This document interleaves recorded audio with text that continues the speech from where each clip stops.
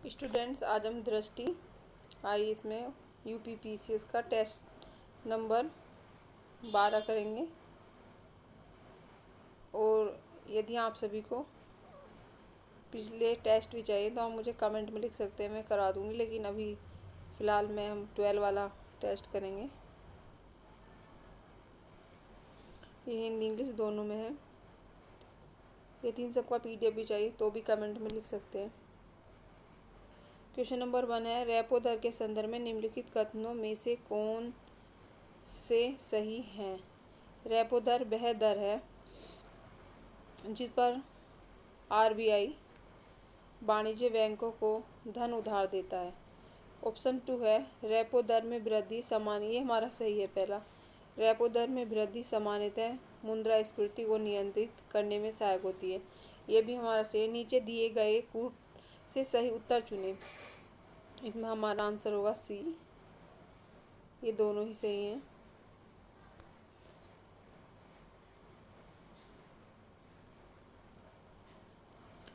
Question number 2 है,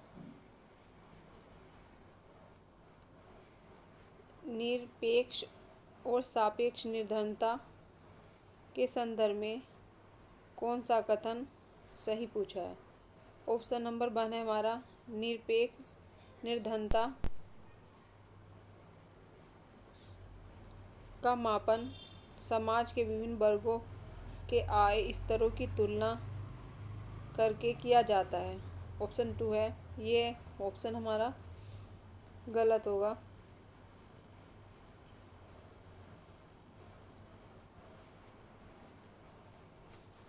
सापेक्ष निर्धनता का अर्थ न्यूनतम निर्वाह आवश्यकताओं को पूरा करने में असमर्थता, ये वाला क्योंकि ये जो कह रहा है कि सापेक्ष में मतलब उसमें कुछ चीज़ें होती हैं, ये कि इन्हें असमर्थता नहीं होती है।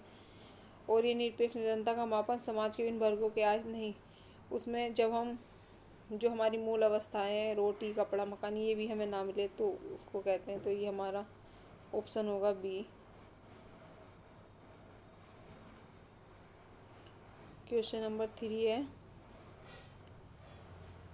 निम्नलिखित निर्धनता आकलन समितियों को प्रारंभिक से नवीनतम के सही कालक्रम में व्यवस्थित करना है।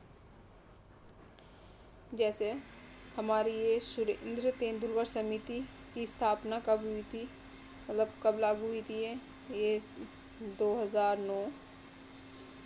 बाई के अलंग समिति ये 1979।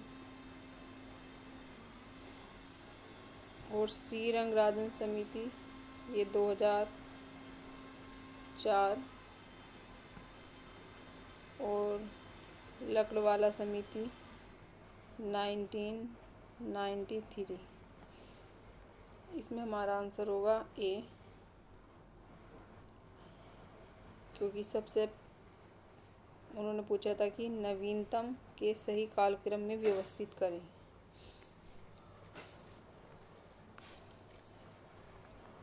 तो इसको मैचिंग करके देख सकते हैं हम। इसमें आंसर हमारा क्या आंसर होगा, आंसर होगा ए।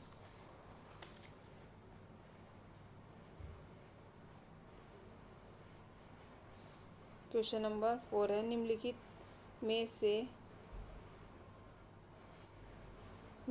में से आयाम वैश्विक बहुआयामी निर्धनता सूचकांक की गणना में शामिल हैं। शिक्षा, स्वास्थ्य, जीवन स्तर। इसमें आय शामिल नहीं होती वैश्विक बहुआयामी निर्धनता में। इसमें हमारा आंसर होगा, आंसर देखते हैं।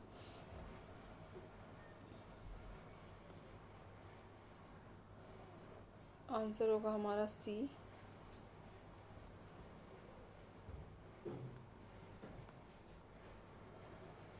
क्वेश्चन नंबर 5 है, निम्नलिखित में से किसका निरूपण लोरेंज वक्र द्वारा किया जाता है। ऑप्शन नंबर ए है आय असमानता, मुद्रास्फीति की दर, जनसंख्या वृद्धि दर, बेरोजगारी दर। इसमें हमारा ये पूछा है कि लॉरेंस वक्र, ये मेन है ये, इनको एक चार्ट बना के लिख लेना। काफ़ी इकोनॉमिक्स में का सब कुछ होता है, तो काफ़ी सारी चीज़ें हैं कि जिनका चार्ट बना लें, जैसे समितियाँ हो गई, इनसे 1 से 2 क्वेश्चन पीसीएस में आ ही जाता है। आंसर होगा आय असमानता। हम कर तो हर एक ऑप्शन पे बात कर सकते हैं, लेकिन काफ़ी लॉन्ग वीडियो हो जाती है फिर। क्वेश्चन नंबर 6 है, गिनी गुणांक के संदर्भ में निम्नलिखित में से कौन सा कथन यहाँ भी सही पूछा है। गिनी गुणांक क्या है? गिनी गुणांक आय या संपत्ति की असमानता का एक मापक है। ऑप्शन 2 है शून्यता का मान पूर्णतः समानता को दर्शाता है। ये भी हमारा सही है और ये भी आंसर होगा सी। क्वेश्चन नंबर 7 है, नीचे 2 कथन दिए गए हैं, जिनमें से एक को अभिकथन ए और दूसरे को कथन आर कहा जाता है। अभिकथन समावेशी वृद्धि गरीबी और असमानता को कम करने में योगदान देती है। कारण कहता है समावेशी वृद्धि मुख्य रूप से ट्रिकल डाउन सिद्धांत पर आधारित है। यानी कि ऑप्शन कहता है हमारा ए और आर दोनों सही हैं, किंतु आर ए की सही व्याख्या नहीं करता। ये हमारा ऑप्शन गलत होगा। ए गलत है किंतु आर सही है, नहीं, ये यानी कि हमारा जो है ए सही है और आर गलत है।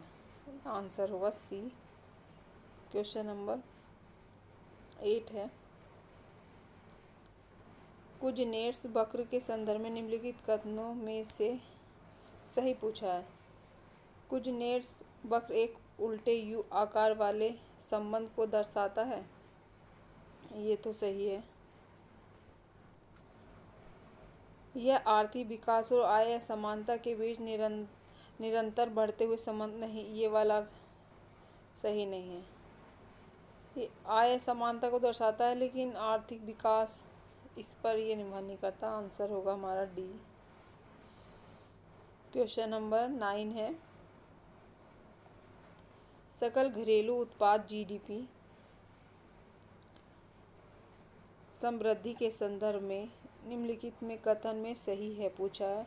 ऑप्शन 1 है जीडीपी समृद्धि किसी अर्थव्यवस्था में एक निश्चित अवधि के दौरान उत्पादित वस्तु एवं सेवाओं के मूल्य में वृद्धि को दर्शाती है। ऑप्शन 2 है, ये भी हमारा सही है। ऑप्शन 2 है जीडीपी समृद्धि अकेले ही किसी समाज के समग्र कल्याण को मापने के लिए पर्याप्त है। यानी कि समाज के कल्याण के मापन के लिए पर्याप्त है। ये हमारा आंसर सही होगा। आंसर होगा सी। 9 का आंसर होगा सी। लेकिन ये आंसर 9 का आंसर सी नहीं होगा।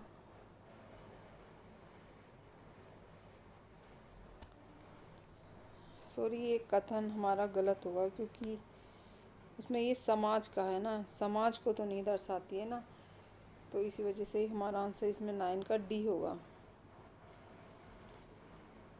9 का आंसर होगा डी।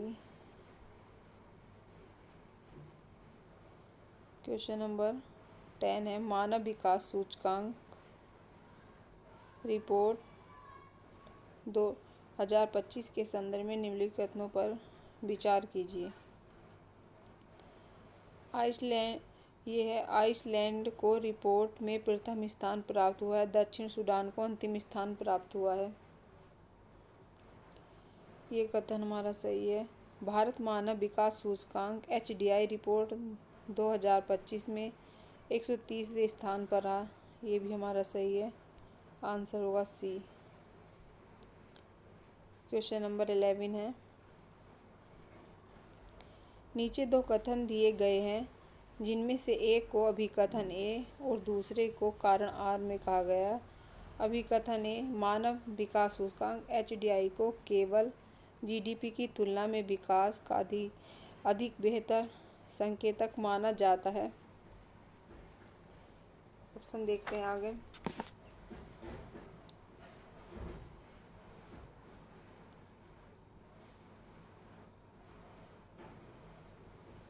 और HDI में आय के अतिरिक्त सामाजिक संकेतों को भी शामिल किया जाता है। नीचे दिए गए कूट का सही प्रयोग कर उत्तर दें। यहाँ आंसर होगा हमारा डी। क्वेश्चन नंबर 12 है,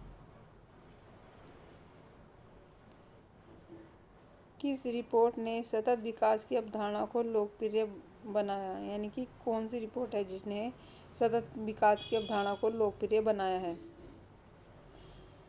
limits to growth our common future agenda 21 Stockholm. इसमें हमारा आंसर होगा बी, आवर कॉमन फ्यूचर।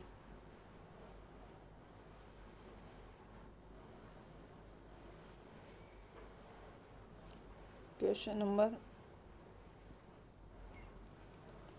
13 है, सतत विकास लक्ष्य यानी कि SDG के संदर्भ में निम्नलिखित कथनों में हमें सही बताना है।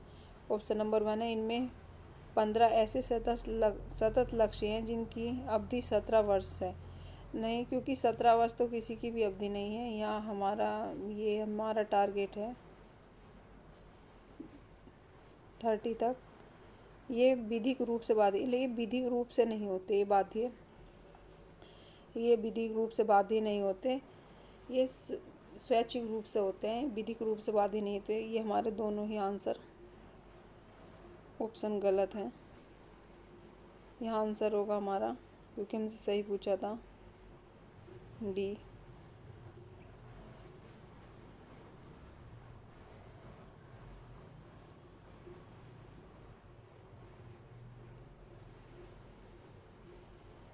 क्वेश्चन नंबर 14 है, आरक्षित नकदी निधि अनुपात CRR सांवेदिक चल निधि अनुपात यानी SLR यानी कि CRR और SLR के संदर्भ में निम्नलिखित में हमें सही बताना है। CRR किसी बैंक की निवल मांग एवं मियादी देयताओं यानी NDTL का वह भाग है जिसे भारतीय रिजर्व बैंक RBI के पास नकदी शेष के रूप में रखते हैं। ऑप्शन 2 है,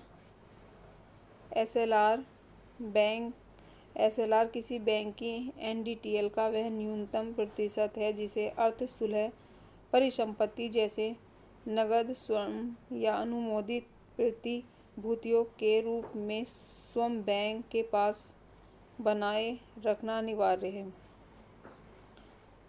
आंसर देखते हैं। ये तो सभी को पता है कि CRR और SLR क्या होता है। ये हमारे दोनों ही सही है। क्वेश्चन नंबर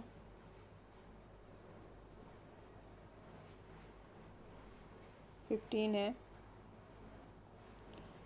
निम्नलिखित आर्थिक योजनाओं तथा उनके प्रस्तावों के युग्म में से सुमेलित है यानी कि सही बताना है। बॉम्बे प्लान, पीपल प्लान, एमेनरॉय, गांधीवादी योजना, जयप्रकाश नारायण सर्वोदय। इसमें कौन कौन से यानी कि बॉम्बे प्लान कब हुआ था? तो इसमें हमारा आंसर पहला होगा। बॉम्बे प्लान JRD टाटा और GD बिरला, दोनों सही हैं। पीपल प्लान एमेनरॉय, ये भी सही है। गांधीवादी योजना ये सही नहीं है। हमारा आंसर होगा ए। क्वेश्चन नंबर 16 है सूची 1 को यानी नारा या रणनीति और योजनाएं गरीबी हटाओ नारा कब दिया गया था। ऑप्शन मैचिंग कर लेते हैं। गरीबी हटाओ नारा पंचवर्षीय योजना में दिया गया था, यानी कि पहला तो होगा 2 और है राड डोमर, ये प्रथम, और ये हमारा तीव्र औद्योगिक भारी ये द्वितीय पंचवर्षीय योजना का, और तीव्र समावेशी 11वीं।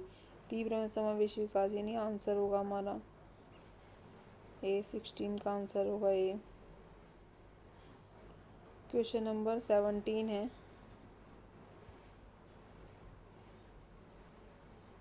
माल्थस के जनसंख्या सिद्धांत के संदर्भ में निम्नलिखित में से कौन सा कथन यहाँ भी हमें सही बताना है। जनसंख्या खाद्य आपूर्ति की तुलना में धीमी गति से बढ़ती है। खाद्य उत्पादन ज्यामितीय रूप से बढ़ता है। यदि जनसंख्या पर नियंत्रण न हो तो वह खाद्य आपूर्ति अधिक बढ़ने की प्रवृत्ति रखती है। माल्थस जनसंख्या नियंत्रण की अवधारणा का विरोध करते थे। हमारा 17 का आंसर होगा सी। यदि जनसंख्या पर नियंत्रण न हो तो वह खाद्य आपूर्ति से अधिक बढ़ने की प्रवृत्ति रखती है।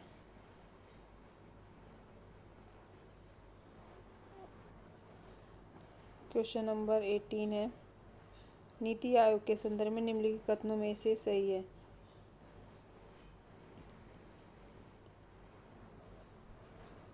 प्रधानमंत्री नीति आयोग के अध्यक्ष होते हैं, ये हमारा आंसर सही है, तो सभी को पता होता है। नीति आयोग में एक शासी परिषद होती है जिसमें राज्यों के मुख्यमंत्री, केंद्र शासित प्रदेशों के राज्यपाल होते हैं, ये भी सही है। इसकी स्थापना 1 जनवरी 2016 को की गई थी। नहीं, ये हमारा गलत होगा क्योंकि इसकी स्थापना 1 जनवरी 2015 को की गई थी, और शायद चेक कर लेना, वैसे कंफर्म है कि 1 जनवरी 2015 को की गई थी। सही है, ये भी लिख देती हूँ मैं।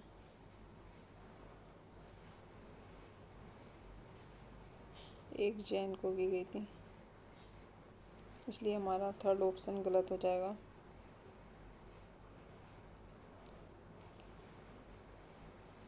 नीचे दिए गए कूट से, ये वाला तो हाँ हमने कर लिया है, आंसर हमारा ए हो जाएगा। क्वेश्चन नंबर 19 है निम्नलिखित में से कौन सी नीति आयोग की पहले हैं। Atal innovation mission, SDG India index, school शिक्षा गुणवत्ता, आकांक्षी जिला कार्यक्रम। अटल इनोवेशन तो सभी को पता होती कि ये नीति आयोग द्वारा ही, एसडीजी इंडिया इंडेक्स और स्कूल शिक्षा गुणवत्ता सूचकांक, ये भी सही है। आकांक्षी जिला, ये भी सही है। इसमें हमारा आंसर होगा डी, ये सभी सही हैं।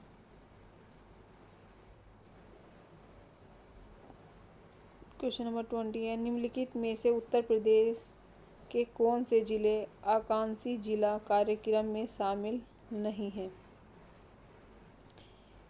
चंदौली, बहराइच, बलिया, कानपुर।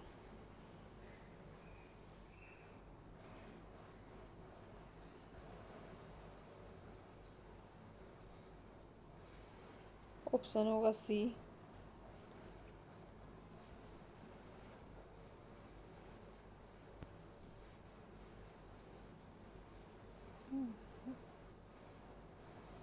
उनसे शामिल है नहीं पूछा था, बलिया और कानपुर।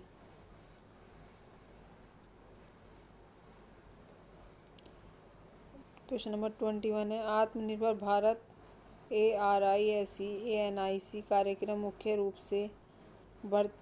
से बढ़ावा देता है लघु एवं उद्यमों के निर्यात सब्सिडी को बड़े विनिर्माण को नहीं, स्टार्टअप, लघु एवं मध्य उद्यमों के बीच अनुसंधान एवं नवाचार के लिए। आंसर तो सी ही होगा। आगे पढ़ लेते हैं। आयातित प्रौद्योगिकी अनिवार्य नहीं, ये तो है नहीं। 21 का आंसर होगा सी। ये भी अटल इनोवेशन मिशन के तहत ही उसमें लागू किया गया है, उसमें न्यू इनोवेशन है ये। क्योंकि इसका मैंने ये क्वेश्चन काफ़ी अच्छा है करंट अफेयर का, इसको अच्छे से तैयार कर लेना सभी, ये इम्पोर्टेंट क्वेश्चन है।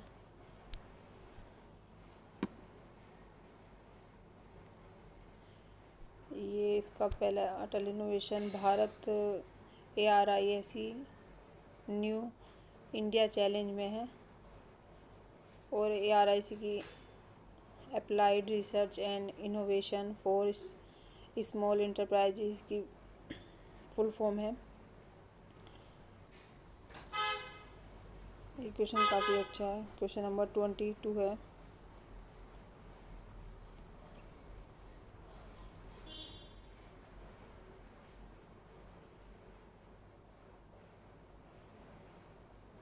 क्वेश्चन नंबर 22 है।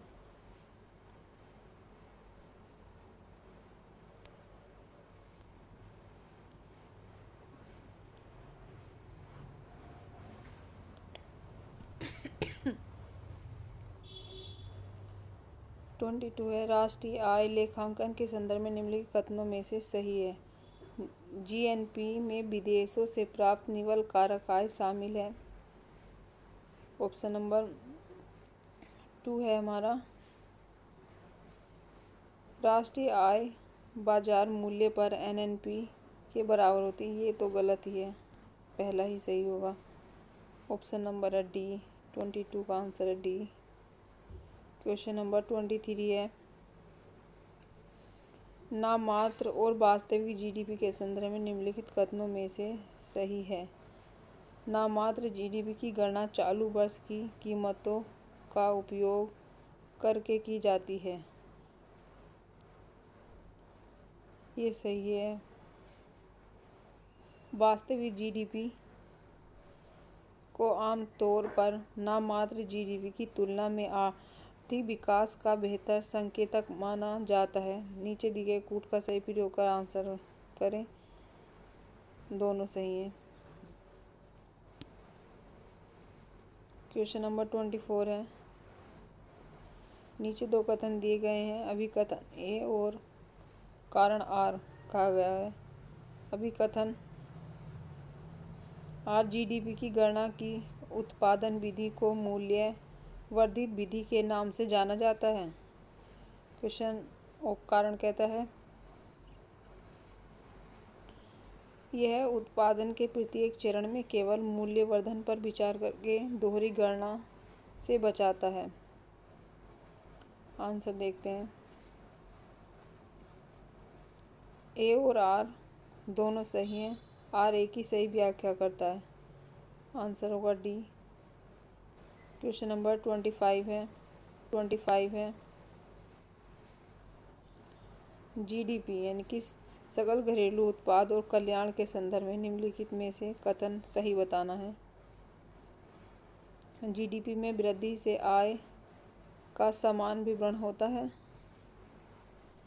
नहीं, GDP बढ़ेगी तो ये तो लेना कि सभी की आय, हमारी सबकी आय समान हो जाएगी, ऐसा नहीं है। GDP में वृद्धि सतत विकास को सुनिश्चित नहीं करती। इसमें आंसर होगा हमारा बी।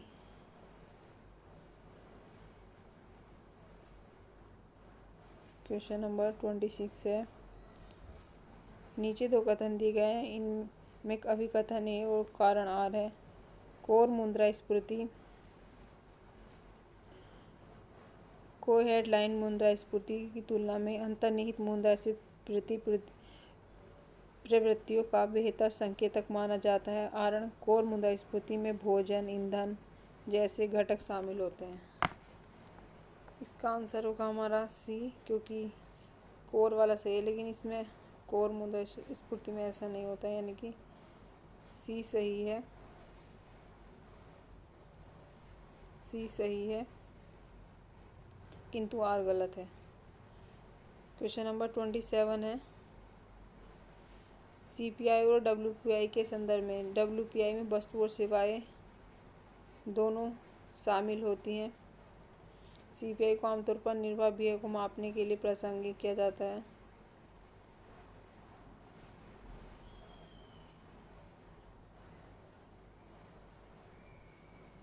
आंसर होगा ए, क्योंकि सीपीआई जो है ना, ये डब्ल्यूपीआई, इसमें सेवा और सेवाएं शामिल नहीं होती।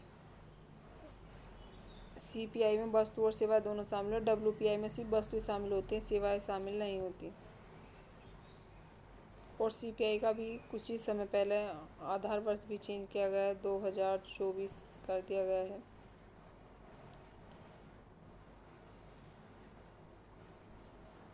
क्वेश्चन नंबर 28 है, निम्नलिखित में से कौन से युग्म सुमेलित नहीं है? डब्ल्यूपीआई, आर्थिक सलाहकार कार्यालय, डीपीआईआईटी, सीपीआई औद्योगिक श्रम ब्यूरो। सीपीआई सुमेलित नहीं पूछा, सीपीआई संयुक्त उपभोक्ता मामलों का नहीं, इसमें मॉस्पी के एनएसओ द्वारा, ये सही नहीं है। और सीपीआई डब्ल्यूआई होता तो इसमें होता, लेकिन ये नहीं है सही। इसका आंसर होगा ए।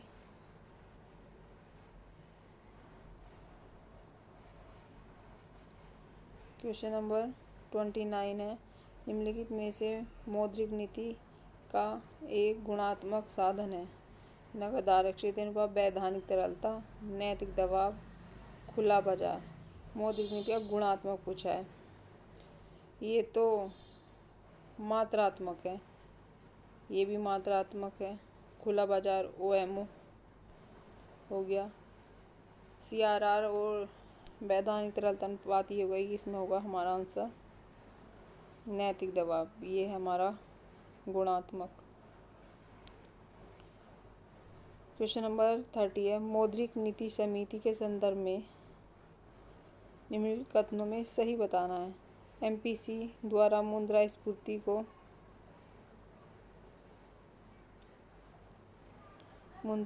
को लक्षित करने के लिए डब्ल्यूपीआई का उपयोग किया जाता है। ये नहीं, एमपीसी द्वारा नहीं, ये नहीं किया जाता। आरबीआई के गवर्नर एमपीसी के अध्यक्ष होते हैं, ये सही है। आंसर होगा 30 का ए।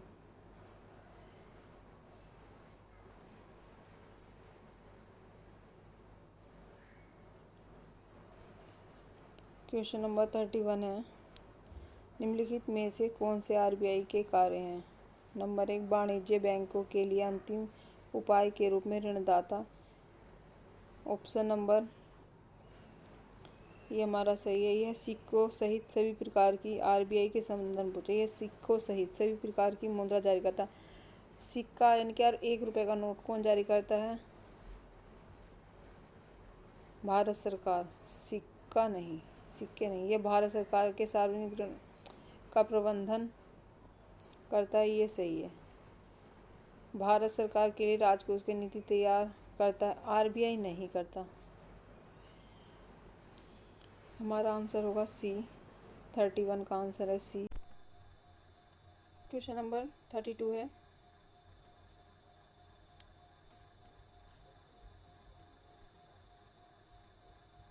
निम्नलिखित संस्थाओं को उनकी स्थापना के कार्यक्रम में व्यवस्थित कीजिए। इसमें सबसे पहला भारतीय रिजर्व बैंक, ये 1934 है, इसमें हमारा आंसर होगा सी। क्वेश्चन नंबर 33 है,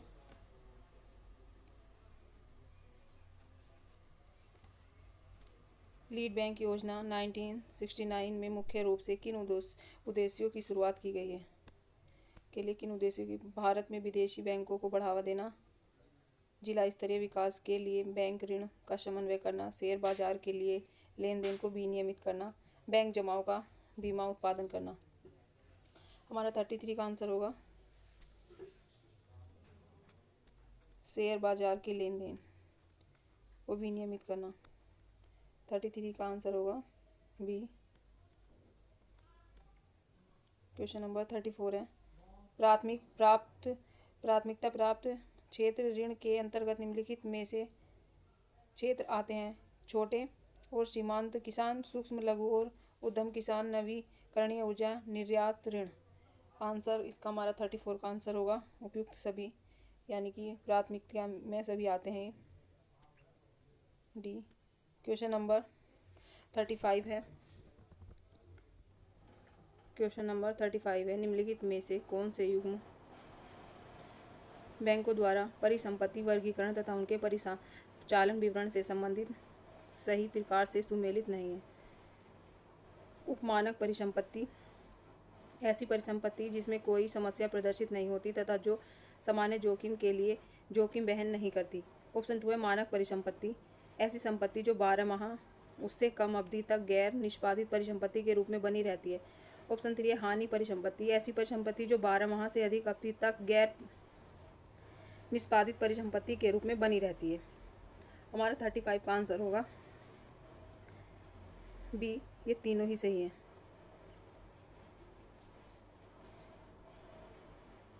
क्वेश्चन नंबर 36 है, वित्तीय समावेशन हेतु सरकार की निम्नलिखित पहलों को कालक्रम के रूप में प्रारंभ से नवीनतम क्रम में व्यवस्थित कीजिए। यानी प्रधानमंत्री जनधन योजना, प्रधानमंत्री सुरक्षा बीमा योजना, प्रत्यक्ष लाभ अंतरण, यूनिफाइड पेमेंट इंटरफेस, ये कब कब शुरू हुई थी? प्रधानमंत्री सुरक्षा बीमा योजना ये 2015, प्रधानमंत्री जनधन योजना 2014, प्रत्यक्ष लाभ अंतरण 2013 और यूनिफाइड पेमेंट ये 2016। हमारा आंसर होगा 3, ये 3, 2 आंसर होगा सी।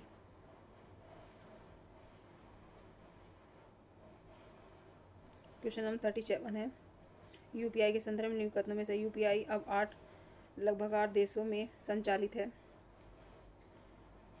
ये वाला आंसर हमारा सही है।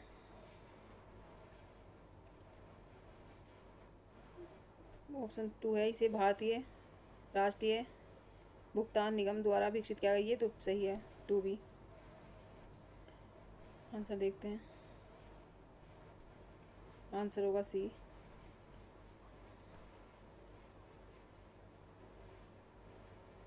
क्वेश्चन नंबर 38 है, नीचे दिए गए कथन दिए गए हैं, इनमें से एक को अधिकतम ए और कारणवार बताया गया है। ई रूपी भौतिक मुद्रा के समतुल्य है तथा उपभोग में सुविधा, भारतीय रिजर्व बैंक की गारंटी, लेनदेन के अंतिम निपटान आदि जैसी भौतिक नकदी के समान विशेषताएं प्रदान करता है। Central bank digital currency Bharat की भौतिक मुद्रा रुपये का डिजिटल रूप है। हमारा आंसर होगा इसका ए और आर दोनों सही हैं और आर ए की सही व्याख्या करता है। आंसर होगा डी। क्वेश्चन नंबर 39 है, नीचे 2 कथन दिए गए हैं, इनमें से एक को अभिकथन ए और दूसरे को आर कहा गया है। अभिकथन कहता है प्रत्यक्ष लाभ अंतरण लाभार्थियों के बैंक खातों में सब्सिडी एवं लाभों के सीधे हस्तांतरण को सक्षम बनाता है। आर है, यह वित्तीय अपवर्जन के सिद्धांत पर आधारित है। इसमें हमारा 39 का आंसर होगा सी, यानी ए सही है और आर गलत करता है कि आर यह वित्तीय अपवर्जन के सिद्धांत यानी प्रत्यक्ष नहीं, ये वाला गलत है, तो हमारा आंसर होगा सी।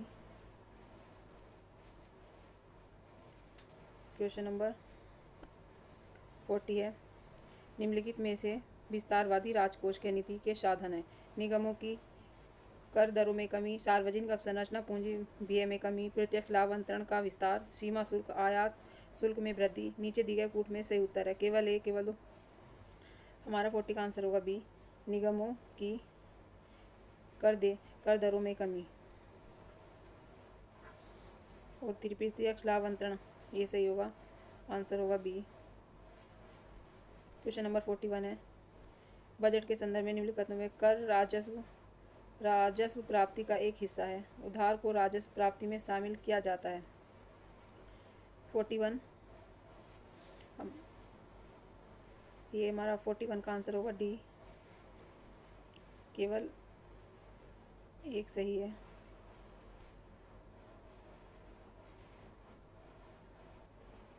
क्वेश्चन नंबर 42 है, रिवर्स रेपो रेट के संदर्भ में निम्नलिखित कथनों में से कथन सही बताना है। ऑप्शन 1 है, रिवर्स रेपो रेट वह दर है जिस पर भारतीय रिजर्व बैंक वाणिज्य बैंकों से उधार लेते हैं। ये हमारा ऑप्शन सही है। ये हमारा ऑप्शन सही है। रिवर्स रेपो रेट में वृद्धि सामान्यतः बैंकिंग प्रणाली में अतिरिक्त तरलता को कम करने में सहायता करती है। ये भी हमारा ऑप्शन सही है। आंसर होगा सी। क्वेश्चन नंबर 43 है, नीचे दो कथन दिए गए हैं जिनमें एक को अभिकथन ए तथा दूसरे को आर कहा गया है। प्राथमिक घाटा राजकोष के घाटे से कम हो सकता है। ऑप्शन कारण 2 है, कारण प्राथमिक घाटा राजकोष के घाटे से ब्याज भुगतान को शामिल नहीं करता। आंसर देखते हैं क्या होता है 43 का। ए और आर दोनों सही हैं और आर दोनों सही हैं। आर ए की सही व्याख्या करता है। क्वेश्चन नंबर 44 है,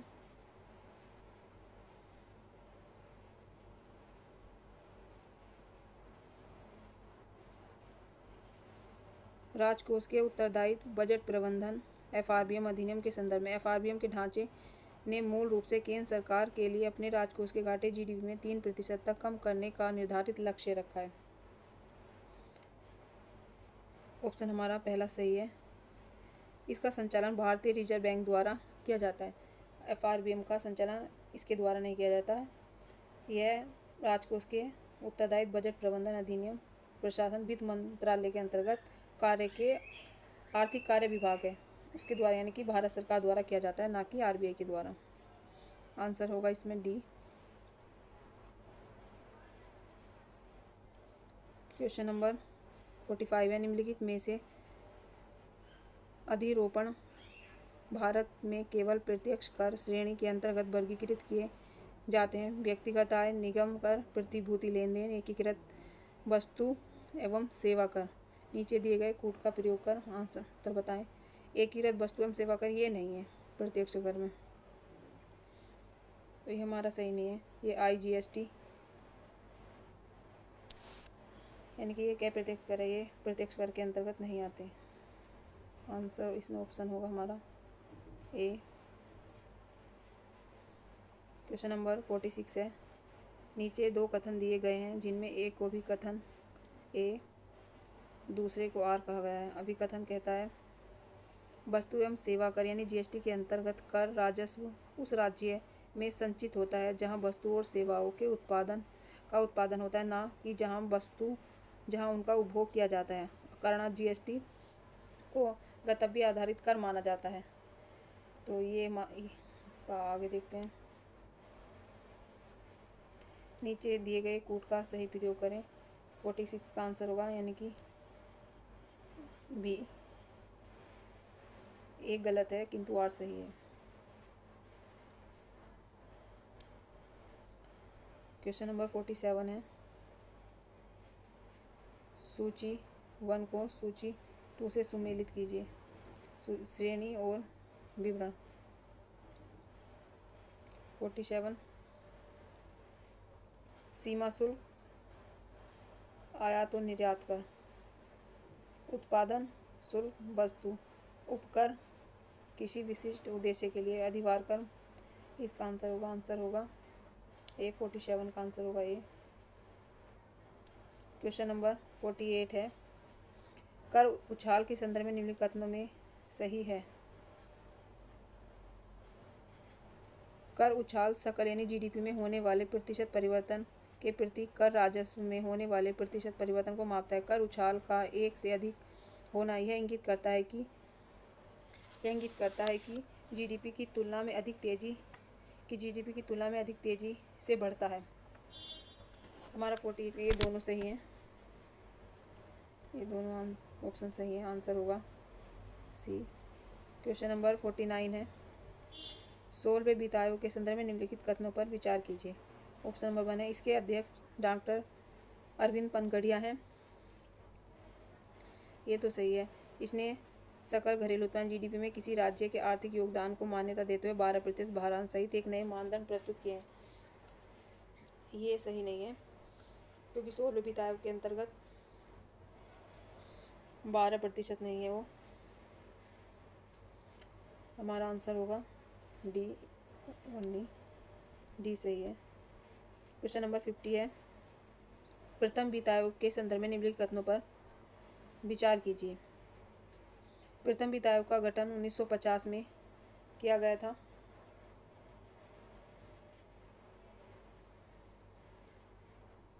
और ऑप्शन 2 है, 1950 में किया गया था, नहीं, इसकी स्थापना 1951 में की गई थी।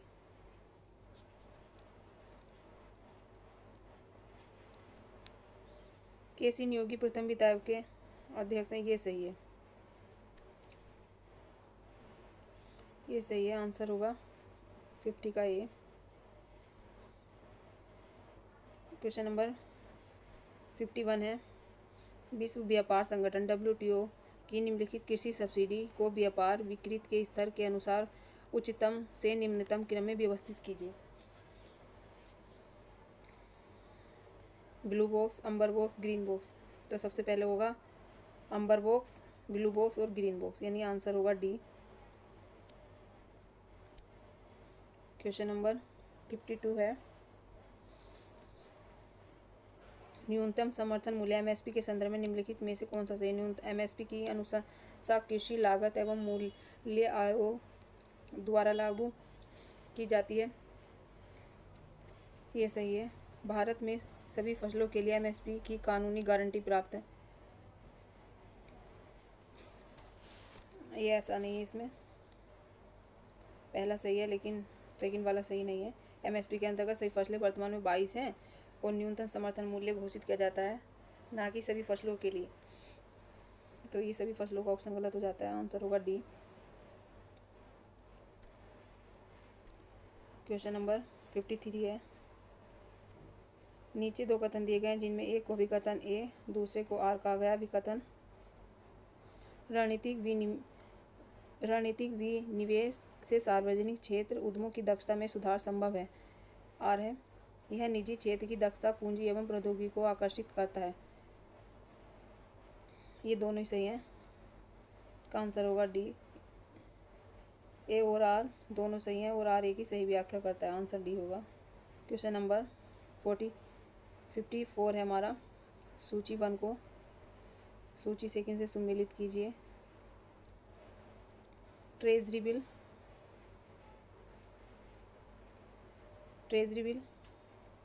क्या है? यानी कि हमारा आंसर होगा इसका डी, ट्रेजरी बिल के यहाँ पे होगा अल्पकालिक सरकारी प्रति कॉल मनी, बैंकों के बीच उधार लेन देन और वाणिज्य कंपनियों द्वारा जारी असुरक्षित पत्र और जमा प्रमाण पत्र। ये सही है और ये ऐसे होगा और ये ऐसे होगा। क्वेश्चन नंबर 55 है, बॉन्ड डिवेंचर के संदर्भ में निम्नलिखित कथनों में से सही बताना है। बॉन्ड डिवेंचर आमतौर पर सरकारों के और बड़े सार्वजनिक संस्थाओं द्वारा दीर्घकालिक निधि जुटाने के लिए जारी किए जाते हैं। डिवेंचर असुरक्षित बॉन्ड सुरक्षित ऋण साधक हैं जो केवल जारीकर्ता की साख और प्रतिष्ठा द्वारा समर्थित होते हैं। ऑप्शन देख लेते हैं।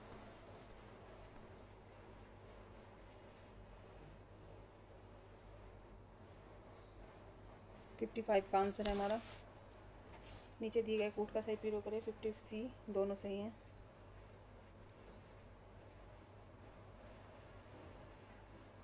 क्वेश्चन नंबर 56 है, निम्नलिखित में से बाजार मध्यस्थ सेबी के विनियमन अधिकार क्षेत्र के अंतर्गत आते हैं mutual fund, credit rating, mutual fund funds एवं एसेट्स मैनेजमेंट कंपनियां, क्रेडिट रेटिंग एजेंसियां, विदेशी पोर्टफोलियो निवेश, प्राथमिक कृषि ऋण समितियां।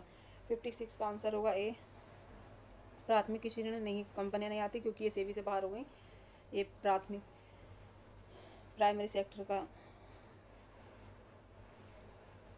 यानी कि बैंकिंग की दिशा में हो गई है। और 57 यानी कि सेबी हो गया, सही है हमारा आंसर ये। क्वेश्चन नंबर 57 है, भारत में स्टॉक एक्सचेंज के संदर्भ में निम्नलिखित कथनों पर सेंसेक्स एनएस नहीं, ये तो गलत है, निफ्टी है, ये उल्टा दे रखा है, एनएस तो निफ्टी है और इसमें BSE में 30 कंपनियां हैं ना कि 50 है, और एनएस में 50 हैं, ये गलत है, ये तो दोनों ही है, इसका आंसर तो बी होगा। 57 का आंसर होगा बी। 58 का, निम्नलिखित में से कौन से मद चालू खाते के अंतर्गत चालू अंतरण में भाग है? विदेशों में रह रहे भारतीयों द्वारा प्रेषण, उपहार, दान या प्रत्यक्ष। इसका आंसर होगा 1, 2, 3, प्रत्यक्ष विदेशी निवेश नहीं होगा। 58 का आंसर होगा ए। क्वेश्चन नंबर 59 है, व्यापारिक अधिशेष के संदर्भ में निम्नलिखित कथनों पर में से सही है? व्यापार अधिशेष तब होता है जब निर्यात आयात से अधिक हो जाता है। ऑप्शन 2 है, व्यापार अधिशेष का अनिवार्य रूप से यह अर्थ है कि भुगतान संतुलन भी अधिशेष में होगा। नीचे दिए कूट का प्रयोग करें और सही उत्तर बताएं। आंसर होगा इसमें हमारा 1 सही है, आंसर होगा डी। क्वेश्चन नंबर 60 है, निम्नलिखित में से कौन से भारत के विदेशी मुद्रा भंडार में शामिल है? इसका आंसर होगा हमारा यानी कि विदेशी परिसंपत्ति, स्वर्ण, विशेष आहरण, SDR, रिजर्व ट्रेजरी पोजीशन, ये उपयुक्त सभी आंसर होगा डी 60 का। क्वेश्चन नंबर 60 है, नीचे दिए गए जिनमें एक अभिकथन ए और दूसरा आर कहा गया। अभिकथन, विदेशी पोर्टफोलियो निवेश से आशय किसी विदेशी इकाई द्वारा किसी अन्य देश की उत्पादकता, परिसंपत्ति, व्यावसायिक परिसंपत्ति में किया गया निवेश। प्रत्यक्ष विदेशी निवेश पूंजी, निर्माण और प्रौद्योगिकी अंतर में प्रयोग किया था। ये हमारा इसका आंसर होगा बी, यानी ए गलत है और आर सही है। क्वेश्चन नंबर 62 है, एक्जिम नीति के संदर्भ में निम्नलिखित कथनों में से सही है?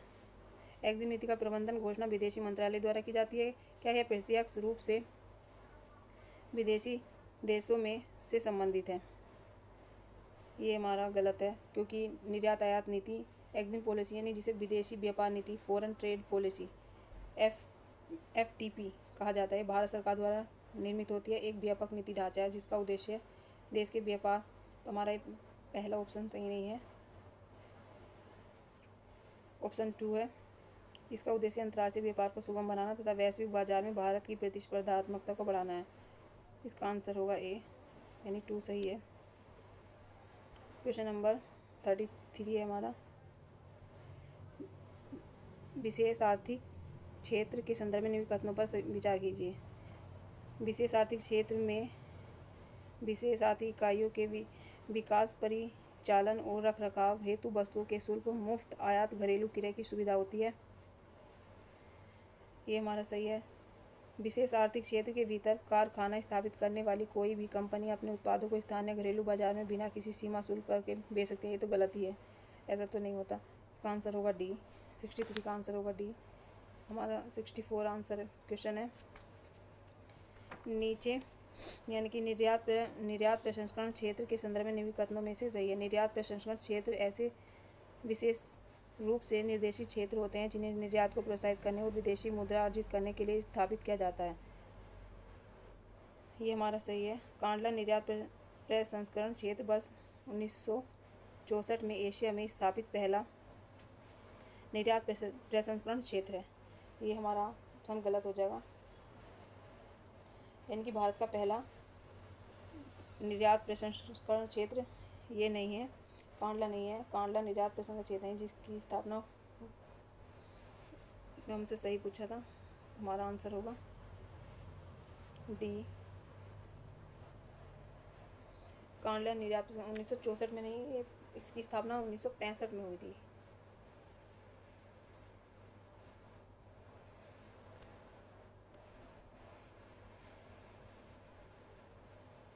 1963 में हुई थी। ये हमारा आंसर होगा। आप हम 64 क्वेश्चन करते हैं और इससे आगे क्वेश्चन सेकंड वीडियो में करते हैं सोल्व। और चैनल को सब्सक्राइब कर देना। आने वाले सभी टेस्ट हम डेट बाय डेट करते रहेंगे।